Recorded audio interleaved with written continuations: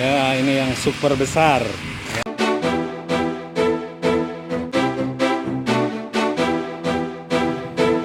Para pembudidaya ikan bawal pastinya sudah tahu dong bagaimana cara budidaya ikan jenis ini agar cepat panen dan mendapatkan keuntungan yang berlimpah. Nah, kali ini Mimin akan memberikan sedikit bocoran bagaimana caranya budidaya ikan bawal dengan teknik baru yang bikin kalian kaya raya mendadak. Penasaran? Yuk ikuti saran Mimin ini ya guys. Paduan sukses budidaya ikan bawal air laut agar cepat panen.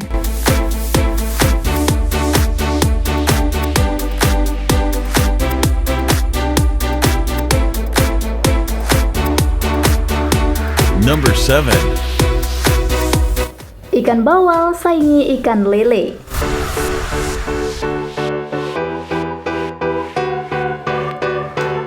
Di Indonesia sendiri ternyata cukup banyak penggemar ikan lele. Namun, ada ikan jenis lainnya yang tak kalah saing jika harus dibandingkan dengan ikan lele.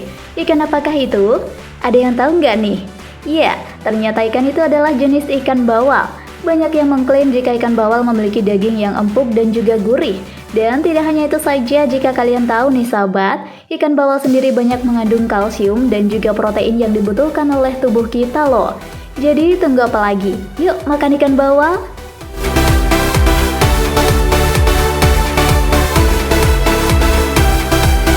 Number 6. Persiapan buat kolam terpal untuk ikan bawal.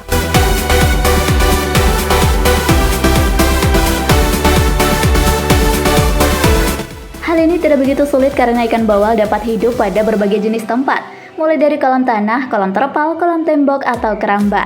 Jika Anda menggunakan kolam lama, maka bersihkan dahulu kolam terlebih dahulu sebelum digunakan ya guys. Mulai dari kotoran-kotoran sehingga ketika diisi benih ikan sudah dalam kondisi bersih. Para pembudidaya ikan memang saat ini tidak ingin dibuat ruwet. Alhasil banyak yang mencari alternatif mudah untuk memulai usahanya itu. Salah satu cara cepat dan mudah jika Anda memiliki keinginan untuk budidaya ikan bawal yaitu dengan menggunakan kolam terpal. Sesuai dengan judulnya nih guys, kolam terpal ini dibuat di atas permukaan tanah. Banyak keuntungan yang bisa didapatkan dari kolam terpal ini. Salah satunya yang paling dominan yaitu akan tidak perlu membuat galian tanah atau membuat lubang pada tanah. Namun bisa dipastikan, kalian membuat rangka yang kuat sebagai penegak berdirinya terpal. Bahan-bahan yang dibutuhkan untuk kolam terpal yaitu bambu, pipa, semen, batu bata, pasir, dan juga tidak luput terpal. Awalnya kalian buat denahnya terlebih dahulu yaitu biasanya berukuran 2x3x1 meter atau 4x5x1 meter. Kemudian dilanjutkan dengan ukuran yang diinginkan. Buat juga saluran masuk keluarnya air. Setelah itu atau kolam dalam kondisi kering baru deh Anda bisa lapisinya dengan terpal.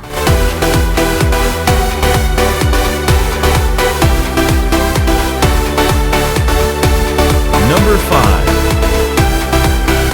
Pemilihan indukan langkah yang utama.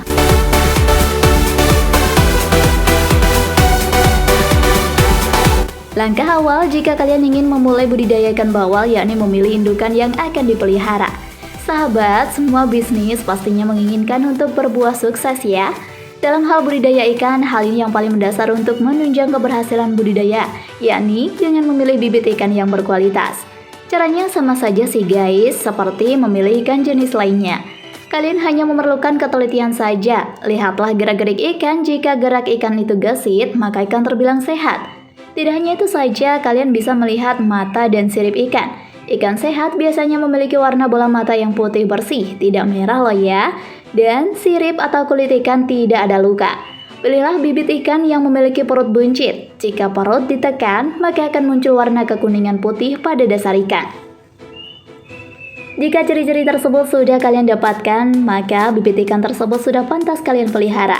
Jangan lupa pilih ukuran ikan yang berseragam, agar ikan tidak saling kanibal.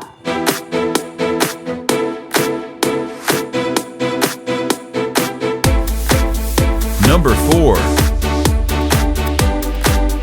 Memilih indukan yang siap pijah.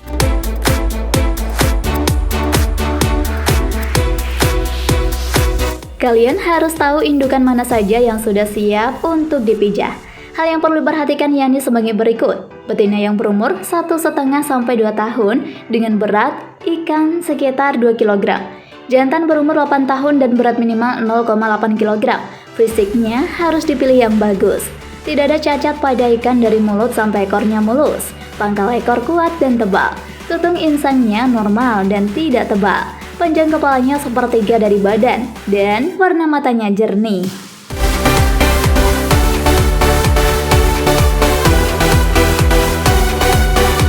Number 3. Teknik cepat dalam mengawinkan.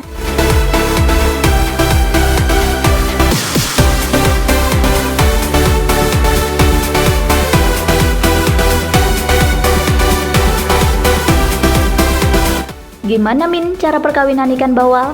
Nah guys, teknik perkawinan ikan bawal biasanya dilakukan secara pemijahan alami, yaitu membentuk habitat yang sesuai dengan lingkungan perairannya. Pada dasarnya ikan ini tumbuh di perairan seperti danau, waduk, dan sungai dengan ketinggian sekitar 1-600 mdp dan suhu 10-25 derajat Celcius. Tidak lupa pula pH air yang sangat waspada, yaitu harus berada pada angka 24-34 derajat Celcius. Kedalaman ikan yakni 0,75 meter. Kalian bisa menggunakan kolam beton, kolam terpal, dan kolam kantong. Perkawinan ikan bawal bisa kalian lakukan di dalam kolam atau dipindah ke dalam bak atau ember. Hal yang harus disiapkan dalam proses perkawinan ini yaitu pasang hampa yang sudah diberi beban berat agar tidak mengapung dengan dimensi 3x4x1 meter. Dilanjutkan dengan memasukkan ikan bawal jantan dan betina dengan perbandingan 2:1 ya sahabat. Jika Anda menyukai video ini silahkan klik like dan subscribe untuk mendapatkan video update terbaru dari kami. Jika sudah membuahi, maka telur yang dihasilkan ikan akan berubah menjadi larva sekitar 5 hari. Nah, hal ini kalian memerlukan pakan berupa kuningan telur rebus atau palet untuk konsumsinya.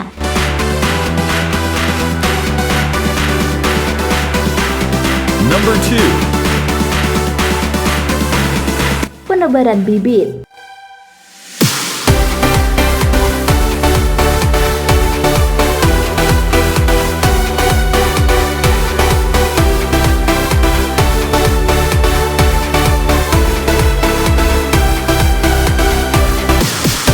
Penebaran ikan sebaiknya dilakukan pada saat ikan berukuran 5-7 cm. Caranya tidak secara langsung memasukkan ikan, namun ikan sebaiknya ditaruh di wadah ember yang diisi air kolam selama beberapa menit agar ikan beradaptasi dengan air kolam tersebut. Selanjutnya baru ditebar ke dalam kolam budidaya. Sangat mudah bukan? Namun hal ini memerlukan kehati-hatian dalam melakukannya agar ikan yang akan dipelihara memiliki kualitas yang baik.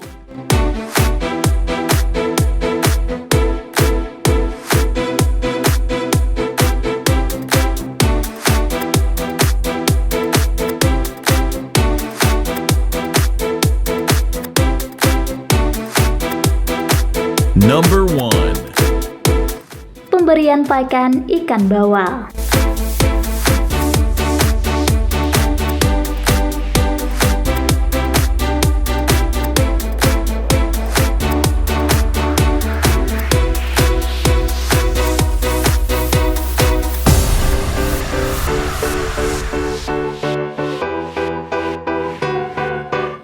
Secara umum, ikan bawal tergolong dalam ikan yang rakus dan pemakan segala, karena pada dasarnya ikan ini masuk dalam jenis hewan omnivora. Makanan yang biasa dikonsumsi oleh ikan bawal berupa hewani dan nabati seperti lumut, ganggang, sayuran, serangga, dan cacing. Kalian hanya memerlukan waktu 3 kali sehari untuk pemberian pakan pada ikan. Tidak boleh sembarangan waktu ya guys, cukup berikan pakan pada pagi hari, siang, dan malam. Hindari pemberian makan pada malam hari karena pada saat itu tidak ada sinar matahari yang dapat meningkatkan kadar oksigen. Pisahkan ikan yang mengalami sakit atau terserang penyakit agar tidak menular pada ikan lainnya. Jadi dipastikan jika ikan tersebut sehat betul sebelum akhirnya kalian menjualnya kepada konsumen. Karena kualitas tentu saja menentukan kepercayaan untuk para pembeli. Tidak lupa juga ya guys, jika ikan bawal yang baik tentu harganya juga akan lebih mahal dibandingkan dengan ikan yang sudah terserang penyakit. Bisa dijual di berbagai macam warung makan yang ada di Indonesia.